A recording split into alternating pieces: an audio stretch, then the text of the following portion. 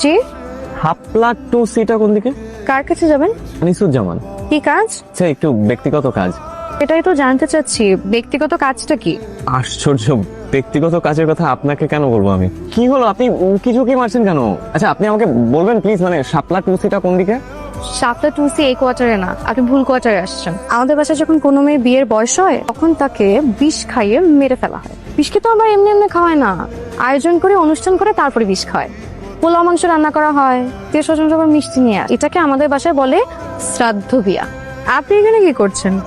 Hello, এত সকালে আপনি এখানে কি করছেন? না মানে এদিক দিয়ে যাচ্ছিলাম তো, হঠাৎ করে শোভন কল দিল, তাই গাড়িটা সাইড করে ফোনে কথা বলছিলাম আর কি।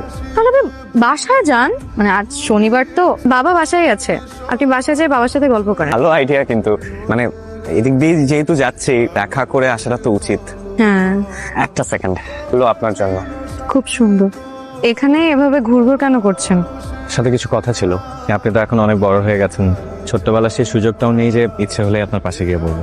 তাই ঘুরঘুর করা ছাড়া আর কোনো উপায় দেখছি না। চলুন। জি, কোথায়?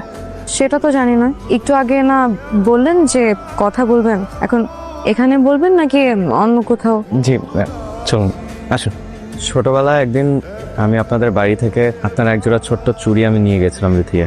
তারপর আমার ফ্যামিলি দেশ ছাড়ে, চুড়িগুলো তখন আমার পকেটে। তারপর ওখানে গিয়ে বাবার ব্যস্ততা, আমার পড়াশোনা সবকিছু মিলে আর দেশে আসা হয়নি। তবে আপনার এই চুড়িগুলো নিয়ে আমি 16টি বছর আপনাকে মনে পেয়েছি। তারপর? আমি হয়তো সত্যিই খুব বোকা, সময়ের সাথে সাথে যে সবকিছু পাল্টে যায় সেটা আমি দেশে পা না রাখলে বসে না। তারপর?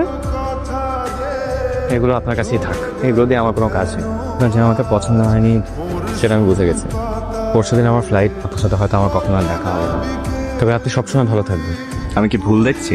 না, ঠিকই দেখছে। এমনিই আসলাম আপনার চুড়ি দুটো ফেরত দিতে। এগুলো দিয়ে আমি কি করবো? এতদিন যা করেছেন আমাকে তো আর সাথে নিচ্ছেন না, সারা জীবন কি নিয়ে থাকবেন? ভেবে দেখলাম আপনি আমার চুড়ি দুটো নিয়ে খুব ভালো থাকবেন। তো থাকুন, আমিও বিয়ে করে ফেলবো, আপনাকে দাওয়াত দিব। আর যদি বাচ্চা হয় তাহলে ওদের ছবি পাঠাবো। কিন্তু আমার অপরাধ? আপনার অপরাধের তো শেষ নাই, সেই ছোট থেকে জ্বালাচ্ছেন আমাকে। 16 বছর পরও কেউ আসে? আমার যদি বিয়ে হয়ে যেত, আমার যদি বাচ্চা কাচ্চা হয়ে যেত? দেখুন, সময় কিন্তু এখনো আছে, আপনি চাইলে আমাদের গল্প। কোনো গল্প নেই। আপনাকে আমি একটা কথা জিজ্ঞেস করি, বিয়ে করব আমি আপনাকে, আপনি কি আবার আসবেন আমাকে বউ করতে? না হলে কিন্তু আমি অন্য কারো গলায় ঝুলে যাবো। তুমি আবার আসবে, তুমি আবার আসবে।